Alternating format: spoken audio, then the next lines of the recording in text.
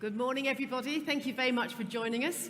And I'm delighted to be on stage with Cynthia, Jelena, and Princess Beatrice. We're going to be discussing today the use of social media in philanthropy, the successes, but also the challenges, and then also how you make sure you keep engagement with your audience. But first of all, I want to get the elephant in the room out of the way and say congratulations, Princess Beatrice, to your family and your sister on the wedding. Thank you very much. It's great. And also to Cynthia, who's just joined us straight from her honeymoon, has come to Lisbon to join us today. So congratulations on your wedding as well. So Princess Beatrice, if I could start with you. Yep. As a member of one of the most widely watched royal families in the world, what advice were you given as a child about how to use social media? Well, I think, in the age we are now, I think, social media and the presence of social media, I feel like we have such a great opportunity to use it to be able to curate your own messages, to be able to really, truly use it as a powerful force for good. I think that the most important thing, though, is that we can give young people the tools to deal with it. I know that in my own life, some of the greatest messages that we've been able to talk about we've done that ourselves. I think my generation is the generation that focuses on social media, that to use it as a tool for good. So I think as long as the message is authentic, and you're really talking to the root of the issues, then you really can inspire young people to communicate and be empowered as well. Did you use social media much as a child yourself?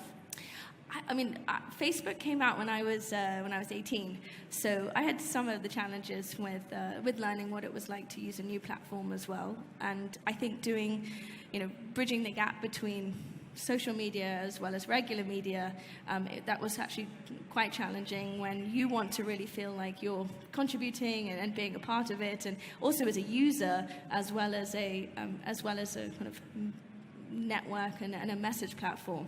I think when I first started using social media, I was a regular user, like any regular 18-year-old girl, and some of the challenges of that were other media outlets wanting to pry, and I think as we grow up, I think we learn that curating your messages and being very clear about what you want to achieve in the world, and using this great outlet as a force for good is very important.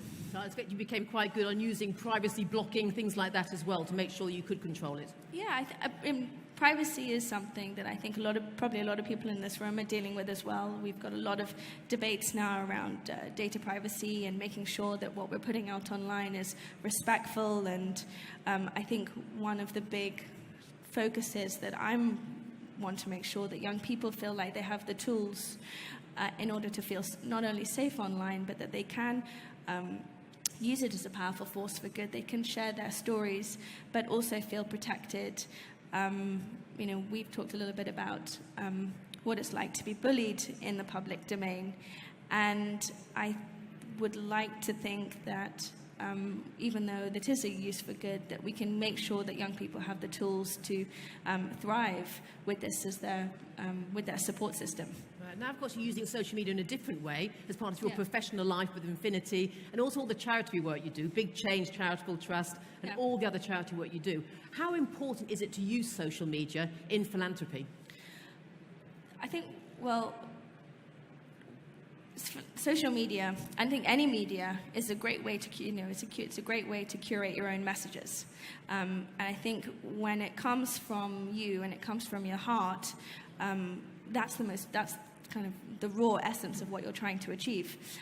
So every time, we've been very lucky over the years that we've been building our foundations at the same time that, Facebook and Instagram and these are also, been building up their usership. And, when you look at some of the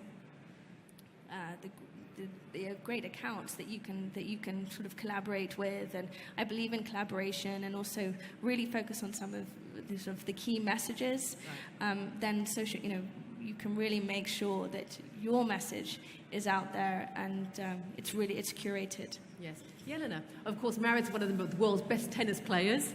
You built the foundation together, focused very much on helping children in preschool education. How important has social media been for you to build the foundation? Well, the foundation was founded 10 years ago. Back then, we didn't have such a heavy use of social media. Today, I don't even know how we did before, in a way. Social media has become such a big part of what we do that I don't even know how anything else existed before. It definitely adds a lot to our foundation, especially to communicate to the parents, to the teachers, to share all the examples, good examples and ideas, because in those critical times where the children's brains are developing the most, and that is from 0 to 6, that is the time for us to make the biggest impact in their lives and also for all the society, because when we put strong foundations for them, when they develop in the good human beings, then we are preventing all these horrible things that are happening in the world today. If you see a lot of depression, suicidal thoughts, wars, anger, hatred, not to mention crime rate that is going crazy. So those are all the things that we missed out preventing on the crucial early stage of the lives of the family, because that's when the families are most vulnerable, when the child is born. That's where we are completely lost and we have no idea what to do. I can say that for me as a parent. I'm struggling every day to meet my expectations and then the expectations of the public. So overall, it's important for us to share with everyone and inspire them. And what examples do you have of where social media has been successful for the foundation? Yeah, we have great examples. Say, there was a flood disaster in our country a few years back, and my husband has won the tournament in Rome. And because we are a small country, we come from Serbia, and the disasters that happen in our country are not so interesting for the wider population. While we needed help, we were stuck. And so he invited, through the media, his press conference, he invited journalists to write about that. He invited his fans to share, and he donated $500,000 of his prize money, which incentivized all the other people who followed our foundation to match, or and we raised $2 million for this relief fund, and which was really, really important. Right, great. Thank Cynthia, you. an expert in branding and in social media as well. How is social media reshaping philanthropy? I think it's a really interesting question, because it used to be that celebrity status or having a certain amount of reach, a lot of causes and a lot of organizations would reach out to people, and you could really support and back lots of them, and it could be used as a tool to build your brand without necessarily having as much active work being put into the organization. And now we're seeing is that people have to really choose things they care about, and they have to step aside and step away from the message being about them, because it's not. They have to really care and invest time and understand what they're talking about, and that is having a greater impact in areas that I think the population cares about, because that's where you're going to want to spend your time. On the other side, there's so many more resources now for raising and donations, for raising awareness for events, contacting people that may or may not be interested. And also, it's easy to read who may or may not be interested in the cause that you're supporting. So it's very easy to go to someone who maybe is a celebrity or has a following, go to their page and say, well, this person has children, they may care about this cause. So you can start to identify influence much more easily than it was before. So what advice would you give someone trying to set up to use social media for philanthropy, as opposed to someone just seeking a following? The first thing to do is create a set of goals. So for philanthropy is very broad. What we want to say is we're trying to raise awareness, we're trying to raise money, we're trying to change something very specific. Start there. The second thing is pick a platform. Pick one platform that you are going to run the majority of everything you're doing through. If you try to be in several places at once, it doesn't look genuine, first of all, because the same message is being told. And when you are someone that people follow because it's you, if they're following you in multiple places, it gets a little distracting if this message is across the board. It looks like you're not putting it out. So pick one place. And then the last thing is really understand that it's not about you. It has to be about the message. People will come at you if it doesn't sound like you are being genuine and you really care. And make sure you're, putting out the progress. Every little tiny success, if you do care, share that with your audience, because they'll start to get excited as they see progress. But again, the very first thing is make sure you know what those stepping stones are, so that you can share it with the people that are involved and following you, and so that you're actually achieving something and it's not just a blanket post. We mentioned some of the challenges here, and Princess Beatrice, you mentioned bullying. You've spoken previously about being bullied yourself on social media. How did you personally deal with that? And what would your advice be to any young children, girls, boys, who are also being cyberbullied? I think, the nature of social media now, this is something that we're all very, very focused on. I think in all of the work that I'm doing, I want to make sure that young people feel like they have the tools. As you said, looking at what the messages are, and how you can be there for other young people that are going through something. We do need to stand up against cyberbullying as well. We need to make sure that young people have the tools in order to be safe online. And I think, this wonderful creation, which is the World Wide Web, which Sir Tim Berners-Lee has spoken a lot about at this conference, it is such a great tool for access. And we're seeing so much change that's happening for the good, but we also need to make sure that the young people feel like what they're putting into it, they're also getting something out. I think collectively and through collaboration and through real strong targeted communication, we'll be able to try and change some of the narratives. But I speak from the heart, and speak for, if I could do one thing to stop a 13-year-old girl looking at her Instagram account and feeling like the society and her community is not there to support her, then I did that one thing. And I wish that I was sort of more of an academic, but I think we've had a lot of great panels in this room particularly about how the fake news, the cyberbullying agenda is really starting to change, so that everybody can feel protected, not just those that are interested in using it for social good, but those that are interested in how they want to build their businesses or how they want to have that communication. I believe in community, I believe in collaboration, and I think with those two things, we can really support the next generation to feel like they have a mouthpiece for good. You said that young people should speak out. You spoke out, and I believe you went to your mother. Was she a good support for you? Yes, she's been through a lot, and she's been. I would describe her as a philanthropreneur, really, and I think that, especially when you are, when you're a young person, you're navigating lots of different challenges. When I've spoken about this in other events as well, for example at We Day, which is a great movement, which is all about getting young people into social action and very much using technology as a place for good. So in schools, they have to do one local action and one global action, and as a thank you, they are invited to celebrate at We Days across the world.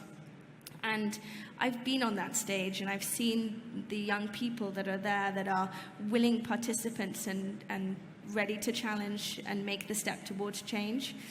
And that's what that's what I'd like to provide the tools to do. And social media and the communication and finding your right message. And Cynthia, I completely agree with you. Using it as something that you can be authentic with and speak from the heart, that's the recipe for success. Fantastic. Yelena, I know you've had problems as well with cyberbullying, being picked on, for example, when your husband's lost a match or for other issues. You'd like to tell us about that. How do you protect yourself and your children while also using social media to really promote the foundation? Well, I don't think there is a recipe for success, because we're still testing social media and social networks as they are and how they impact our lives. The only thing for me personally and from my family is that we need to remember that social media has opened us towards other people's opinions, which are not necessarily important in our lives. Meaning that it's very important that you create your micro world, which will, your environment that will help you thrive, and then other people's opinions will not, generally affect you, but that's such a huge thing to ask. Obviously, we are affected, and you just have to work on yourself, I guess. That's the only way I defend against cyberbullying, and I think probably the children should too. Cynthia, what advice do you give to people when they are being bullied, they're being trolled online? What advice do you give to them? The first thing you do is report that person. Once you've reported them, don't block them. You don't know if they're crazy. Report them. Well, it depends on the situation, because a lot of people put their location everywhere. And so when you block someone, it is very easy to create a new account, figure out where someone is. And if it is a certain situation, which I've actually been in years ago, where someone is trying to find where you are, then you've upset them. It's much better to make the social media site aware, because that's what they're there for. It's their responsibility to help you. Absolutely report them and avoid blocking. You can always remove their messages. If it's mild and it's just a difference of opinion and you are using your social media for a certain cause, have a conversation with that person, because there's very few times where you address the question or the accusation where that person won't have a conversation with you. They're on your page. They're obviously interested in something about you, even if it's from a negative end, and you can actually flip that around. And the last thing is really more for parents and people around that person, because when someone says something negative to you, you're going to take it in and you're going to hold it, and you want to be that strong person, but none of us are. If someone here tweets or Instagrams me later and says something horrible, like, it's going to hurt my feelings no matter how strong I am. Yeah. But just be aware of their page. When you see something, say something, make it a conversation so that it's not just being held inside. Get it out, talk about it. Great, thank you. And I think we've got some questions coming in from the floor. Just before that, how do you make sure going forward, you can't say it's done, it's dusted, you've got your following, how do you make sure you keep an audience engaged? How do you keep getting that message out there? In this scenario of using it for philanthropy, I think we've got so much that we need to achieve in this world, and I think that if the audience is developing, the young people are developing, we've also got to keep going as well, and be authentic and be true to your passions. And Cynthia, I really loved your point what you just brought up just then about not holding it inside. And I think we also need to make sure that as we do everything, that we have an online and an offline place to be able to share some of the challenges. Yeah, now how do you keep building your audience? How do you keep your audience engaged? Well, I'm actually enjoying so much the conversation here. Well, I guess with the content that, I find it very important to be truthful to who you are, not pretending to, there are lots of requests, do this, do that, and then you become somebody who you are not. And the foundations in particular, they need to stick to their vision and their mission and not what's popular, because that's completely sending the different message to the donors and to the recipients in any way. As for the individual brands, just being authentic, being you in everything you do, and then you will find your niche, and that niche will respect who you are, and your message will be, more impactful. Cynthia? I think it's a little different for me, because I have a following for a different reason. And that's important to understand, is why people follow you. So it's because you're you, or you're doing something, or there's a part of your life that people are really attracted to. For me, it's always been an educational process. So a community conversation, discussing, keeping people involved in what is going on and what I'm doing. And that's where the follower base came from. So education, conversation are really important for me. And if I can ask you, what is your one favourite example of where social media has been used for good, where it's created good. Princess Beatrice? Actually, one of my favorite examples is a charity that I work with called Charity Water. They launched themselves very much in this social media world. And one of my favorite examples is last year I worked with them and we built a well in Ethiopia. And every time that I go onto my well, I get a geotag alert on my Twitter account. So I know exactly that when I got involved with them, I know exactly where my money went, and I know that how many people are benefiting from the well that I was able to partner with Charity Water to achieve. So that's a very small thing about how it can be used for good in terms of this reporting systems and measurement and impact measurement, because measurement's key. So that's a really good, that's a very personal example. Yellen, you mentioned the flood appeal for start. Another example of where social media is being used for good that really stood out in your mind? There are quite a few, actually, and I enjoyed just a recent fundraising campaign that happened as a spontaneous reaction to the immigration that happened, the separation of the families on the borders of Mexico, where a couple has opened a page and they've raised over $20 million on Facebook, which was remarkable, and they've supported the charity called Races, which is paying legal fees and trying to unite families together. I also have enjoyed seeing the movements with the hashtags that people generally connect, which is Me Too movement, or you even have the Giving Tuesday as a great example of how many foundations are using certain hashtags to create the conversations and then lead people to that direction. And Giving Tuesday brings millions of dollars to the different organizations. I can go on, but they're funny. Thank you. Thank you. And Cynthia? No, we're out of time. I worked on this nonprofit that these two little girls had something called Batten's disease, and they were sisters. It's 100% fatal, extremely rare. And we got a group of people together that sat around a table and said, okay, how do we save these little girls' lives? No one cares about this cause. And we went out to all of these celebrities, and it was really interesting, and the reason I bring this up, we were able to raise $7 million in the first year and actually save the girls. They're still living. The interesting part was that we had all of these celebrities sharing it, and there was a drop-off point, and I'm a little bit nerdy, so it turned out that if you just changed how people were able to donate, if it was 1 click versus 2 clicks versus 3, it would increase donations overall. And then the second thing is that people put a lot of pressure on the celebrities to donate themselves because they were sharing it.